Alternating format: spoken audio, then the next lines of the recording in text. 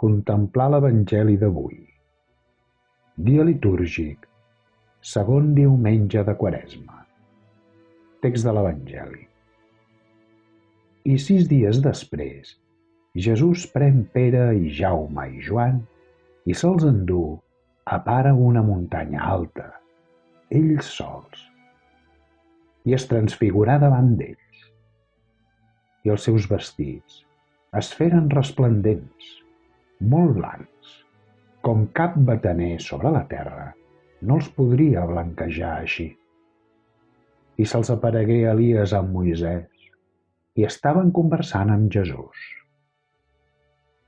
I responent Pere, diu a Jesús: Rabí, bo és d'estar-nos aquí. Fem doncs 3 tendes, una per a tu, i una per a Moisès, i una per a Elies.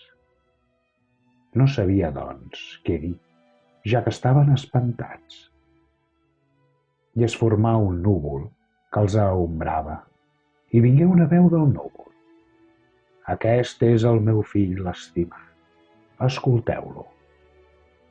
I tot d'una, mirant a tot el voltant, no veieren ningú més que Jesús sol amb ells. I mentre baixaven ells de la muntanya, els ordenà que no contessin a ningú les coses que havien vist, fins que el Fill de l'Home hagués ressuscitat d'entre els morts. Comentari: Mossèn Jaume González i Pedrós, Barcelona. I es transfigurà davant d'ells. Avui contemplem l'escena en la que, en paraules de Sant Joan Pau II, els 3 apòstols Pere, Jaume i Joan apareixen com extasiats per la bellesa del Redemptor. I es transfigurà davant d'ells, i els seus vestits es feren resplendents. Pel que fa a nosaltres, en podem treure un missatge a partir de les paraules de Sant Pau al seu deixeble Timoteu. Jesucrist, amb l'Evangeli, ha fet resplendir la llum de la vida i de la immortalitat. És el que contemplen plens d'estupor, com aleshores els 3 apòstols predilectes, en aquest episodi propi del segon diumenge de Quaresma, la transfiguració. És bo que en el nostre exercici quaresmal acollim aquest esclat de sol i de llum en el rostre i els vestits de Jesús. Són una meravellosa icona de la humanitat redimida, que ja no es presenta en el lletjor del pecat, sinó en tota la bellesa que la divinitat comunica a la nostra carn. El benestar de Pere és expressió del que hom sent quan es deixa envair per la gràcia divina. L'Esperit Sant transfigura també els sentits dels apòstols, i gràcies a això poden veure la glòria divina de l'home Jesús. Ulls transfigurats per a veure el que hi ha de més esplendent.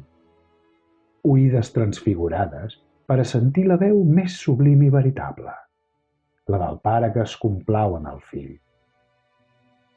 Tot plegat, massa esglaiador per a nosaltres, avesats a la grisor de la mediocritat. Només si ens deixem tocar pel Senyor, els nostres sentits seran capaços de veure i d'escoltar el que hi ha de més vell i de més joiós en Déu i en els homes divinitzats per aquell que ressuscità d'entre els morts. Sant Joan Pau II va escriure: l'espiritualitat cristiana té com a característica el deure del deixeble de configurar-se cada cop més plenament amb el seu mestre, de tal manera que a través d'una assiduïtat que podríem anomenar amistosa, arribem fins al punt de respirar els seus sentiments. Posem en mans de Santa Maria la fita de la nostra vera transfiguració en el seu Fill Jesucrist.